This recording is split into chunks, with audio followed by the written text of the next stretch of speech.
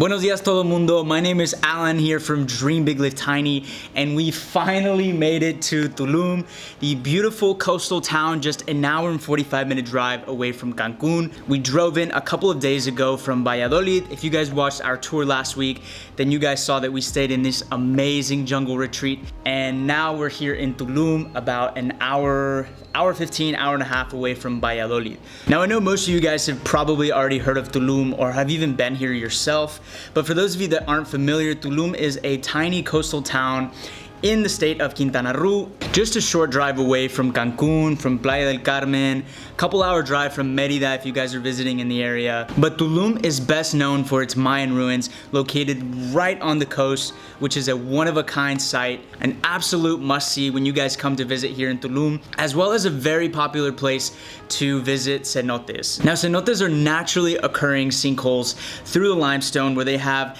natural swimming holes. You guys can swim, snorkel, dive, and a lot of these cenotes have depths of up to 100 meters, so it's absolutely wild. And a lot of these cenotes are actually connected via underground cave systems that you guys can go exploring, you guys can go diving. It's one of the absolute best things to do here in Quintana Roo, especially here in Tulum. You have tons of cenotes about 15 minutes, 30 minutes, an hour drive away. So this is the spot to be as a home base to go visit all the cenotes and the Mayan ruins. Now, if you guys are adrenaline junkies or love being near the water, then you will definitely want to check out Tulum. Besides the fact that there are amazing restaurants all across the city center, as well as on the hotel zone, there is a long strip, probably about 4 to 5 miles, maybe even longer than that, where there are tons of beach clubs, tons of bars, restaurants, shopping, plenty to do down there. Now, if you drive just a little bit north of that hotel strip, then that's where you'll find all of the beautiful,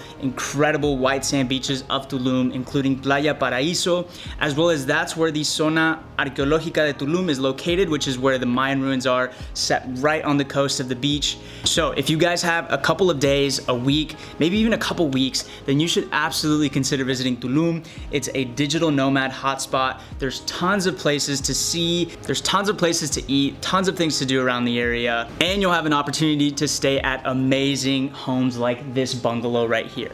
So for the last couple of days, we've had the opportunity to stay in this amazing little bungalow out in the jungle, just 5 to 10 minutes away from the Tulum town center, located in a growing area, undergoing a little bit of additional construction in the surrounding area. That's the only caveat to staying in this little place right here.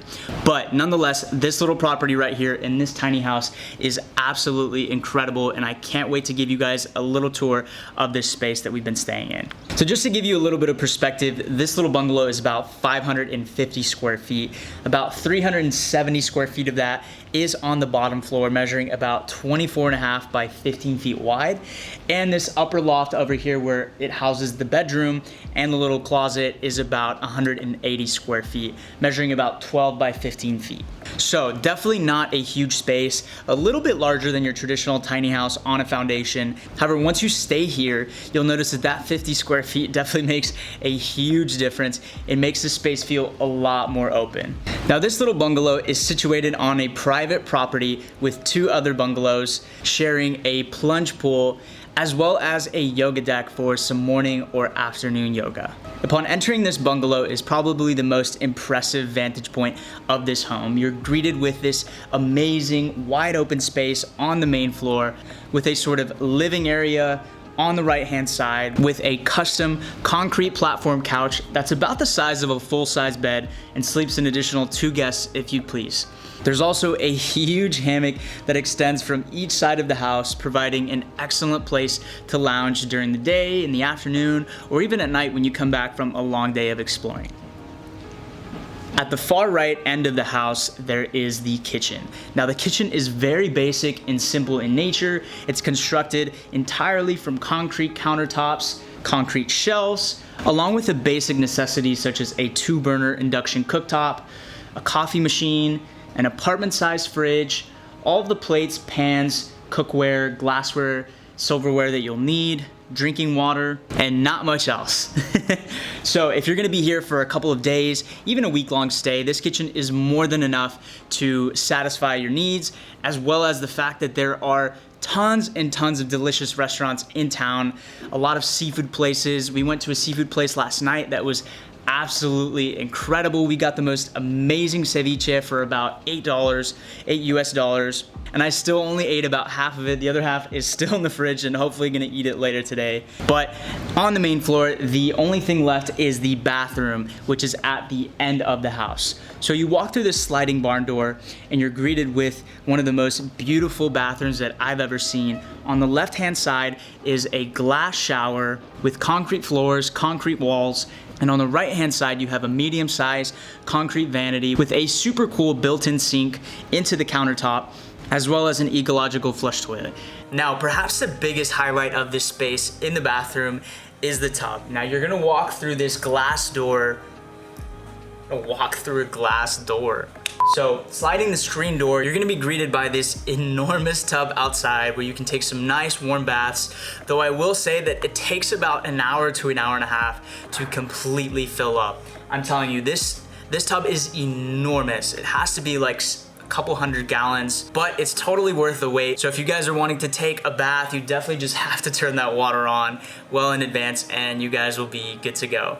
Now, when you walk out of the bathroom back into the main living space, you're gonna take the wooden floating stairs up to the lofted bedroom. So again, the lofted bedroom is about 180 square feet, measuring about 12 feet long by 15 feet wide, and it features a king-size bed in the center of the room, along with this custom-built concrete wardrobe where you can store all of your belongings, all of your bags, and there's also some space there to hang your clothes if you need during your stay.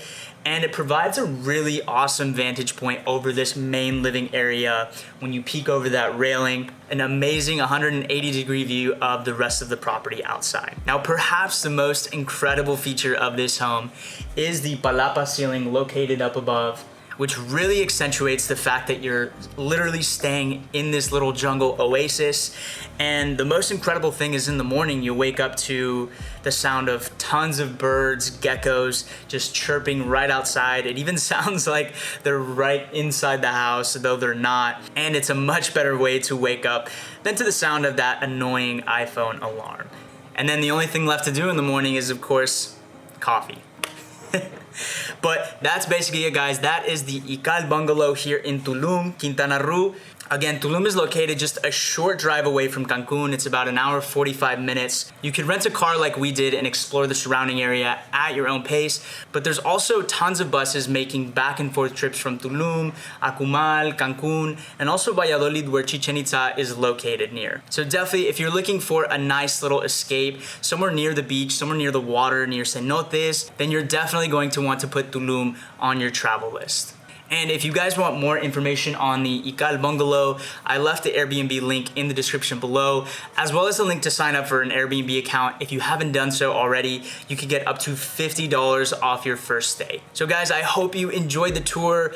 Please leave a comment letting me know what your favorite part of the house was. Mine was probably the amount of windows that are in this place. There's tons of natural light coming through from every direction, north, east, southwest, at all times of the day, so we rarely even had to turn the lights on just at night to brighten up the space a little bit. So I hope you guys enjoyed that tour of the Ikal Bungalow. I hope you guys have a great rest of your weeks, and I will see you in the next one.